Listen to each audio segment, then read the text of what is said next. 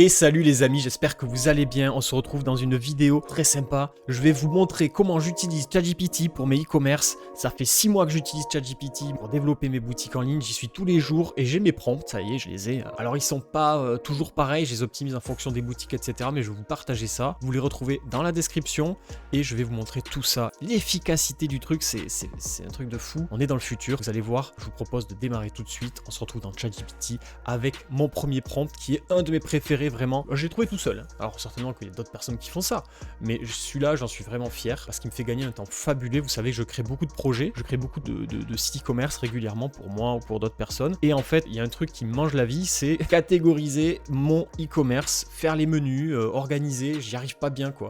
Alors moi, je te trouve les produits, il n'y a pas de souci, mais alors pour l'organiser, c'est toute une histoire pour moi. Donc ce que j'ai fait, c'est que j'ai fait un prompt pour ça. Donc je lui dis qu'il est expert en UX design, ça me permet vraiment de lui dire pense à l'utilisateur qui va naviguer quand il va organiser, immédiatement il se met en condition, c'est quoi l'UX, c'est quoi l'organisation d'une boutique e-commerce, et je lui dis propose une catégorisation de mes produits idéale pour ma boutique de puzzle. Donc là je vous ai pris une boutique de puzzle par exemple, et je vais aller chercher tous mes produits, donc je les ai copiés-collés là dans un fichier Excel, voilà, dans votre fichier des produits, vous le prenez tout comme ça, sans réfléchir. Vous mettez tout en bordel. Le but, c'est surtout pas de trier, c'est lui qui va s'en occuper. Et c'est parti. Donc, je lui dis sous forme de tableau. Donc, il va nous faire un petit tableau. On va regarder ce qu'il va nous sortir. Alors, il est parti immédiatement sur une organisation de menus avec des sous-menus. Pourquoi pas? Des fois, il me le fait pas. Là, il me le fait avec des puzzles en fonction du nombre de pièces, en fonction des thèmes, en fonction des accessoires aussi, des types d'accessoires.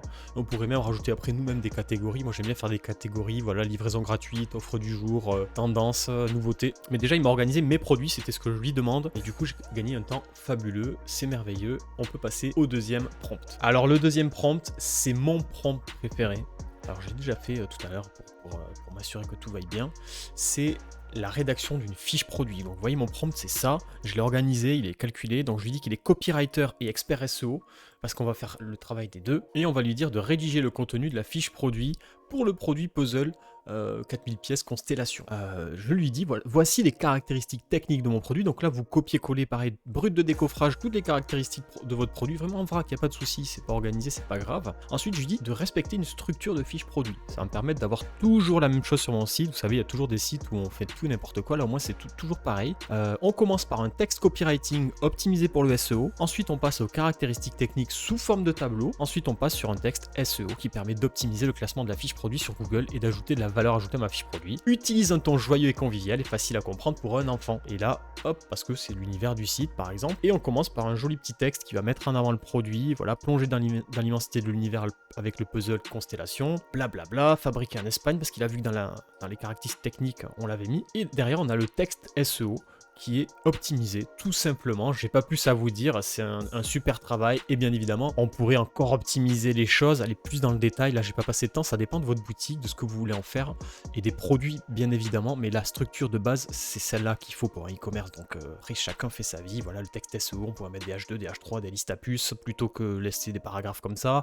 On pourrait le conditionner à faire que le copywriting, on y mette des emojis pour rendre le truc plus sympa, avec des textes plus courts et plus aérés, mais ça dépend, voilà. Là, pour le coup, ça me va. Troisième tips. Le troisième tips, c'est quelque chose que beaucoup de gens oublient dans un e-commerce. Et du coup, avec ChatGPT, il n'y a plus d'excuses. Eh bien, c'est la rédaction SEO des fiches catégories, donc des pages catégories, pardon, là où vous avez tous vos produits que les gens peuvent trouver. Donc là, c'est les catégories qu'on a demandé de fabriquer à ChatGPT. Donc c'est toutes ces catégories-là. Par exemple, on pourrait lui demander de faire la catégorie puzzle, nature et animaux. Et on va lui demander de nous faire une optimisation SEO. Donc je lui dis, tu es expert en rédaction SEO, rédige le contenu de la page catégorie, on a dit puzzle, nature et animaux. Hop, alors là j'ai oublié un petit prompt, il faut lui dire normalement, là je l'ai pas mis, j'ai pas copié-collé. Pour le site, on va lui donner un nom, puzzle, alors ça doit déjà exister, j'imagine, puzzlemania.fr. Parle des différentes problématiques et questions posées sur les potentiels clients répondus avec des phrases courtes. Ça c'est très important parce qu'en fait une page catégorie, souvent elle remonte sur Google quand on se pose des questions, qu'on n'a pas vraiment le produit qu'on veut. Google va préférer fournir la page catégorie pour que l'utilisateur fasse son choix, il compte sur la page catégorie pour l'aider. ChatGPT plutôt qu'un produit directement. Et donc en fait, on va plutôt aller chercher des questions types sur voilà comment acheter un puzzle, quel type de puzzle pour les enfants, ce genre de choses. Moi, j'ai des idées de questions. Après, vous pouvez même dire à ChatGPT de mettre ces questions-là parce que vous avez fait votre analyse sémantique, SEO et compagnie, vous savez exactement que chercher d'utilisateurs parce que vous avez SEMrush ou je sais pas quoi. Pourquoi pas? Et je lui ai demandé plutôt de répondre à des questions utilisateurs. Maintenant, le risque, c'est qu'il fasse toujours pareil sur toutes les pages catégories. Donc, il faut faire attention à ce que vous lui demandez. Moi, vu que j'ai plein de pages catégories puzzle avec des structures différentes en fonction du thème, il va falloir que j'organise un peu mon prompt en lui disant de pas parler de tel sujet ou de telle chose si je vois que ça va être répétitif, tout simplement. Commence tes paragraphes par une question type qui serait posée sur Google par le potentiel client, fais des H2 et des listes à puces pour aérer le texte. Parce que la page catégorie, on va pas y faire un paragraphe, ça va être en bas de la page généralement, ça va être un texte qu'il faut pas qu'il serve à rien quoi. Il faut qu'il serve pour Google et pour l'utilisateur, toujours pareil. Donc là, on va avoir un texte qui va être un peu SEO, donc vous cherchez des puzzles sur le thème de la nature et des animaux, c'est le H2, parce que je lui ai dit de faire des H2. Et c'est parti. Donc là, il me fait ma page catégorie, c'est incroyable. Ça, c'est des choses que personne fait sur son site. On est d'accord, personne fait ça. Ben, si vous faites ça, vous allez ranker, quoi. Parce que personne fait ça, justement. Et que Google, il aime bien les pages catégories parce que lui, il ose pas trop proposer des produits sur des questions types. Il préfère envoyer sur des pages où l'utilisateur va pouvoir faire son choix. Ça sera beaucoup plus pertinent pour lui. On va aider Google, donc Google va nous référencer. Je vous stoppe le prompt parce qu'il va m'en faire plusieurs. Bien sûr, là, c'est peut-être pas encore optimal, mais je pense qu'on est pas mal. Après, mon sujet est un peu complexe. J'aurais dû créer un prompt de base. Généralement, je crée un prompt pour mon e-commerce avec tous les paramètres de mon e-commerce, etc. pour qu'il ait tout le contexte qui va bien et qu'il n'aille pas imaginer des choses qui sont hors sol, quoi. On va être dans un truc de la même catégorie. C'est un sujet que personne ne fait correctement, c'est l'email marketing pour son site e-commerce, surtout quand on est un petit e-commerce qui se lance, mais même des très gros, j'ai des gens qui me contactent avec des très grosses boutiques et qui ont besoin de conseils sur l'email marketing. Et l'email marketing, on va pouvoir demander à ChatGPT de nous le faire. Regarde, moi je lui ai dit qu'il est un copywriter, je lui ai dit tu es Max parce que je veux qu'il se présente comme Max, c'est ma ligne éditoriale de mon email. Copywriter passionné de puzzle depuis l'enfance et tu possèdes le site, là je l'avais appelé la caverne à puzzle. Vous avez un nom de site e-commerce si vous voulez lancer un truc sur les puzzles. Rédige 3 emails marketing qui seront envoyés à mes prospects. L'objet du mail doit être percutant et toucher le biais des acheteurs du puzzle. Il y a un truc que j'ai rajouté, les emails se suivront à une semaine d'intervalle. Comme ça, en fait, il va créer une histoire d'email, en fait, et c'est carrément mieux. Le contenu du mail doit être rédigé avec des phrases courtes et à la première personne. Utilise un ton joyeux et convivial et facile à comprendre pour un enfant. Utilise un ton joyeux. Il faut que tu donnes envie d'acheter sur la boutique parce que je veux qu'à la fin, quand même, ça serve, quoi. Alors celui-là, je l'ai refait tout à l'heure parce que celui que je faisais avant, je le trouvais pas ouf. Vu que ChatGPT 4 est carrément mieux que ChatGPT 3, en fait, j'ai beaucoup moins de texte à l'intérieur que ce que je faisais avant parce que j'ai pas besoin de le conditionner, je sais que ça va péter, quoi. Donc email 1, paf, redécouvrir le paisible des puzzles, voilà, premier mail, et ça va nous permettre de faire du content marketing, d'être présent dans la boîte mail de nos leads, etc., etc. Donc ça c'est cool, c'est ça qui va faire l'avenir de votre site e-commerce, ça y a pas de secret, si vous êtes sur cette chaîne, vous avez à peu près compris ça, quoi. Et là il me propose directement une réduction, pourquoi pas. Voilà, pour bien commencer, c'est cool. Et on va lui laisser rédiger les 2 autres emails. Alors voilà, deuxième email, astuce de pro pour réussir vos puzzles à chaque fois. C'est trop bien en fait. Ça veut dire que si je suis passionné de puzzle, je vais avoir une astuce. Paf, j'ai des astuces, ça a l'air pas mal en plus. Je lui ai dit qu'il était expert donc et passionné, donc je sais que ça va être des bonnes astuces. Ici on a l'offre spéciale, parfait. Et ensuite, le troisième email, il est temps de relever un nouveau défi de puzzle. Et là on va proposer peut-être, voilà, la réplique de la tour Eiffel. C'est trop bien, en plus des puzzles 3D, tiens, c'est une niche qu'on n'a pas mis dans le site, ça va nous aider en plus, donc c'est trop bien. On passe à la suite. Alors ce petit prompt, c'est lié à l'email marketing. C'est un email marketing, mais c'est un email marketing pas comme les autres. C'est le fameux panier abandonné. Les 3/4 des gens vont utiliser le prompt de base, enfin l'email marketing de base de leur CMS, genre Shopify ou WooCommerce. Le taux de conversion est dégueulasse. Pourquoi? Parce que vous n'êtes pas originaux. On va utiliser ChatGPT pour nous aider. Moi j'aime bien avoir des emails panier abandonnés qui sortent un peu du lot, qui sont marrants et qui détendent l'atmosphère parce qu'en fait on est en train de faire le gros commercial quand même. On est en train de faire le chacal. Le mec a oublié son produit dans son panier et en fait on est en mode ouh je suis là,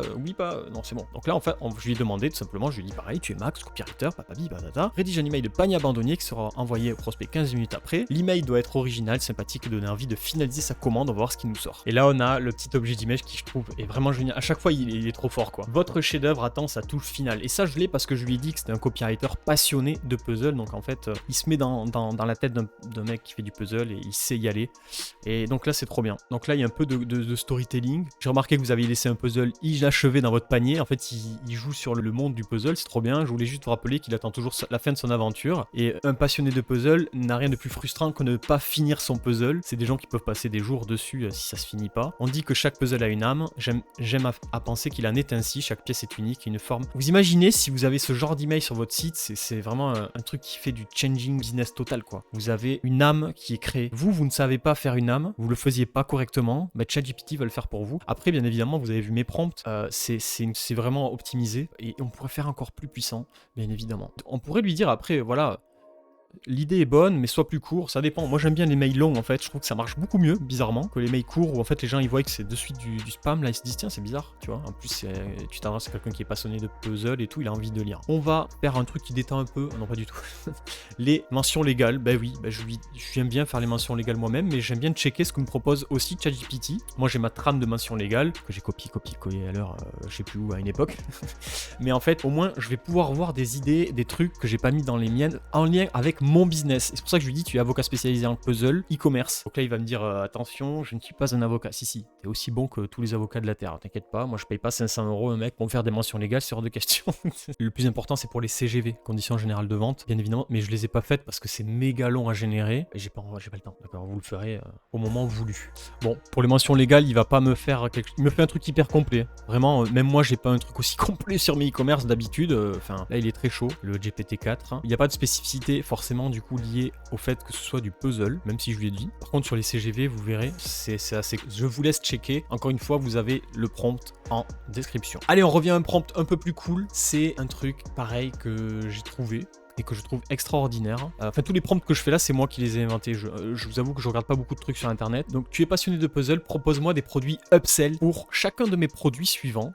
Ajoute une colonne upsell. Donc, je revais chercher mes produits et je lui colle là-dedans et il va me fournir des upsells et vous allez voir c'est assez intriguant parce que ça va vous donner des idées de produits que vous n'aviez pas sur votre boutique en plus, donc ça va vous permettre de développer votre boutique tout simplement. Alors après vous pourrez lui demander de trouver des idées de produits aussi, mais non, pour le coup on va dans une logique qui est de lier des produits avec d'autres sur le site et en plus c'est extrêmement bon aussi pour avoir ce qu'on appelle un cocon sémantique e-commerce, c'est-à-dire des liens entre fiches produits qui ont une valeur ajoutée entre elles et ça va vous créer une autorité. Alors là il va chercher des produits dans ma liste, mais parfois il peut aussi faire des propositions. Alors là il ne le fait pas, pourquoi? Parce qu'en fait je pense que je devrais lui demander pour le coup, mais des fois il vous le fait. Alors c'est là que ChatGPT, voilà, donc là je lui dis clairement des idées qui ne sont pas dans la liste, comme ça au moins je sais qu'il va aller chercher des nouveaux trucs, et là il m'a proposé des produits que je n'avais pas. Là c'est assez intéressant parce que du coup ça va avoir un lien, voilà, soirée à Annecy, le puzzle 3D Notre-Dame, le puzzle caméléon, guide de l'art du puzzle, pourquoi? Peut-être parce que c'est un puzzle compliqué, je ne sais pas. Voilà pour